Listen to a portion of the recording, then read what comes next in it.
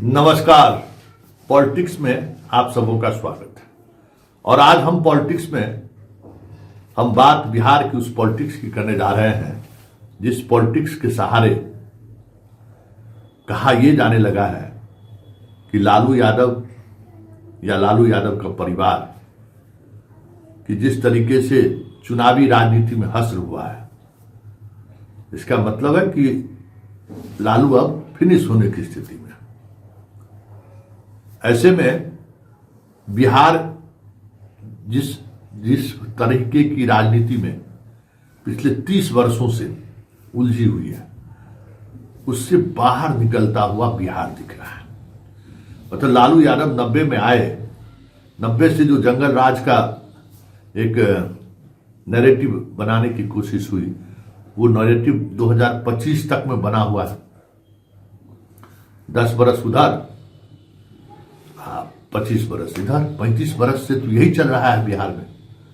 और जो लालू के खिलाफ चुनाव लड़ने वाले लोग हैं, उनके लिए बहुत ये आसान है चुनाव के दौरान उस नैरेटिव को सेट कर देना। जंगल राज आ जाएगा, जंगल राज आ जाएगा। और ऐसे में जंगल राज का नायके अगर खत्म हो गया तो फिर बिहार की सियासत चलेगी कैसे?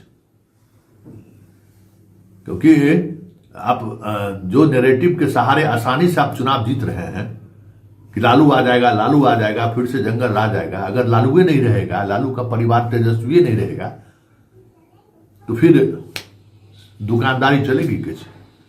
ये सियासत की दुकानदारी कैसे चलेगी? तो चर्चा इन दिनों जोरों पर है कि बंगला प्रकरण जो है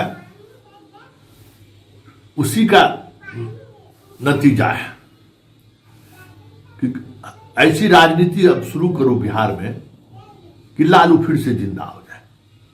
क्योंकि लालू अगर जिंदा रहा तो नीतीश भी जिंदा रहेंगे और बीजेपी भी जिंदा रहेगी। क्योंकि बिहार की राजनीति में नया कुछ होता हुआ दिख नहीं रहा है।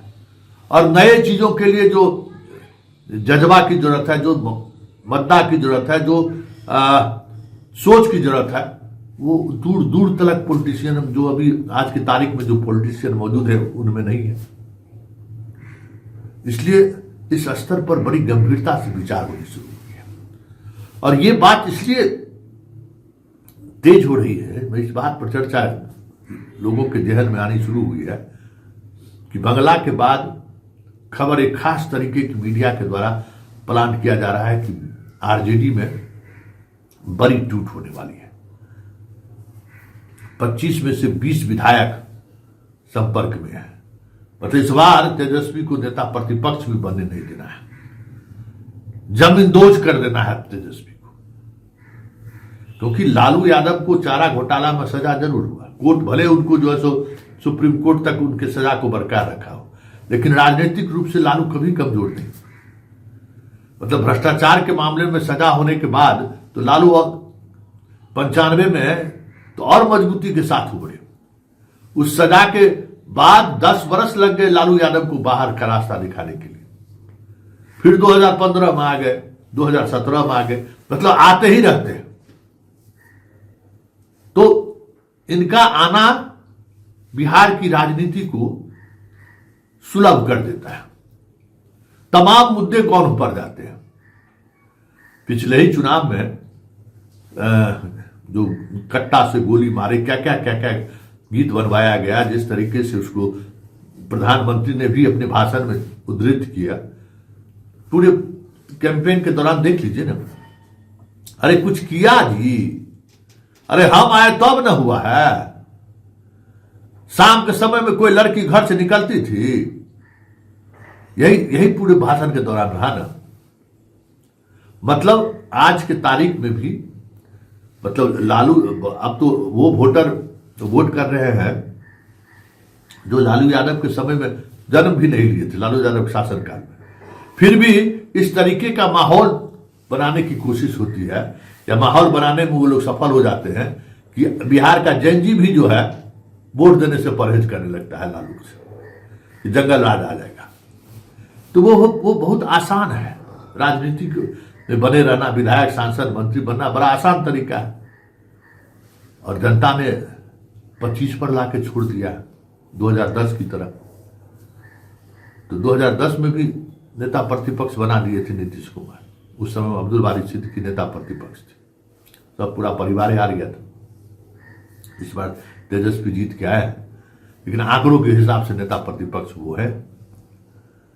तो ये चर्चा जोरों पर है कि आरजेडी पर इस तरीके से लगातार सरकार के द्वारा हमला किया जाए या हमला होता हुआ दिखाया जाए, ताकि लालू के जो समर्थक है ना, वो एक बार फिर से एकजुट होना शुरू हो जाए।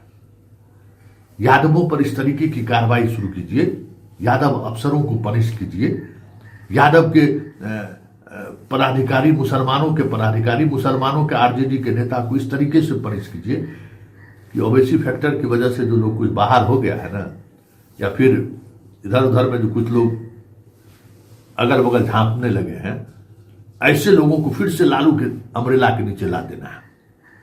लालू का रहना बहुत जरूरी है। लालू नहीं तो बीजेपी का भी दुकान बंद, नीतीश का भी दुकान बंद। अब लालू है ये नहीं है तो किसको जंगल राज करके कहिएगा? ये 25 गो के लेके विधानसभा सत्र में जाए तो क्या बोलेगा, कितना बोलेगा? तब सदन में भी जो है सो अब उस तरीके का माहौल नहीं रहेगा, सदन के बाहर भी वो माहौल नहीं है। तो फिर जब जंगल राज की चर्चा नहीं होगी तो फिर होगा क्या? क्योंकि जिस तरीके की राजनीति चल रही है और एक जो नैरेटिव बनाने की कोशिश हो रही है, इसके लिए ये सब कदम उठाना जरूरी है बीजेपी और जदयू के।